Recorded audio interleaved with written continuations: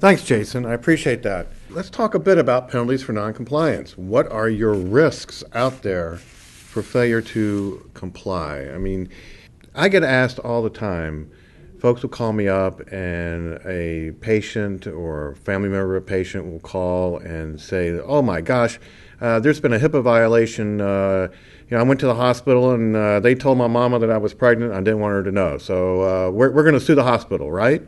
And quite honestly, the answer is no.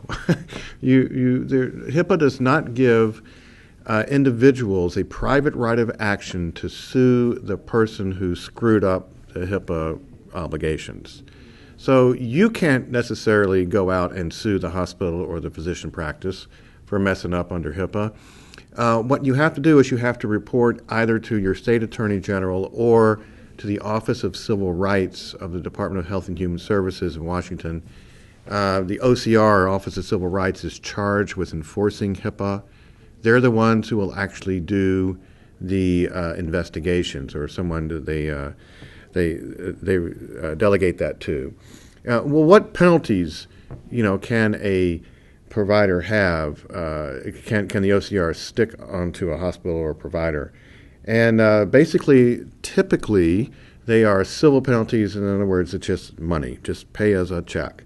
And there are civil monetary penalties of not less than $100 per violation, and that's the lowest level. That's if you don't have any knowledge. $1,000 for each violation due to reasonable cause. You probably knew what was going on and you let it happen. $10,000 for each violation for willful neglect that you correct in 30 days. In other words, you actually find it because your compliance plan worked and someone brought it to your attention and you said, "Oh my gosh, you must correct."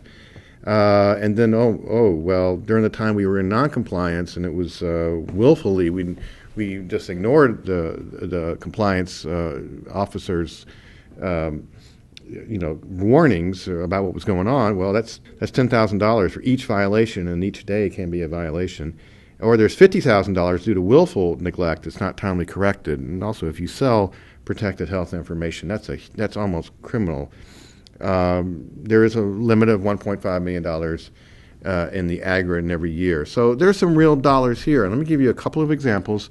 First one we'll talk about is LendCare.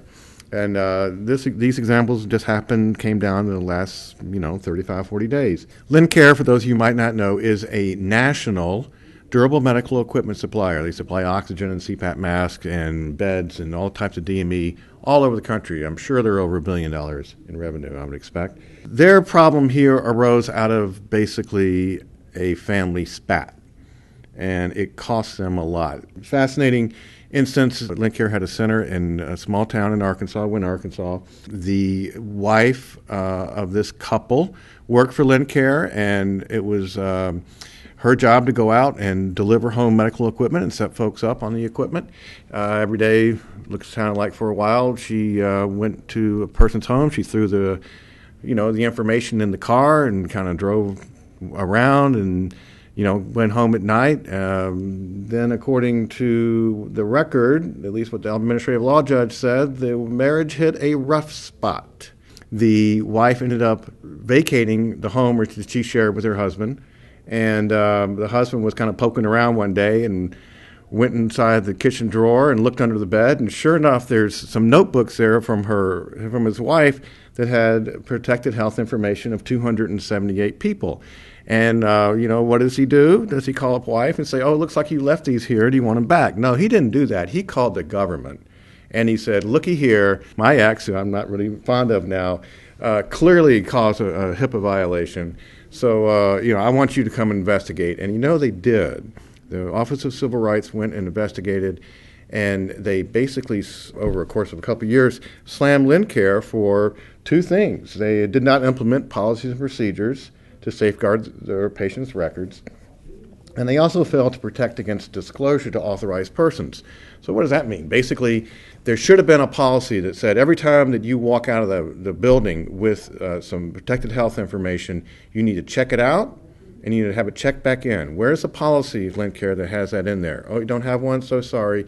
You're in a violation. $100 a day for every single day that you are not in compliance.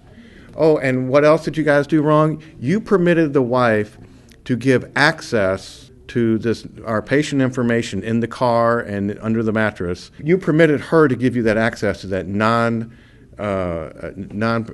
authorized person. So you know what we're going to do? It'll be $100 a day for every day you mess up that policy and procedure. And they added it all up, came up to be $239,000. Lincare appealed. The administrative law judge said, so sorry, your policies and procedures did not address these issues of having data going in and out of your office, and it did not address, kind of keeping the information out of the hands of the husband. Whoop, please pay Lincare. And so Lincare's kind of got dinged on that. The next case is a much smaller company. We're not talking about a $1 billion company. This is a little physical therapy company over in Los Angeles. The fine's not as big, but what they did was kind of pretty dopey, I think. In essence, on their website, as a marketing tool, they put patient testimonials on their website and photographs of the patients, and what a great place this physical therapy is. And unfortunately, they did not get a properly authorized, a proper HIPAA authorized disclosure from the patients before posting the pictures and information and testimonials on the web. Again, the Office of Civil Rights got notice of this. I mean, there it is. It's on the website. Go to it.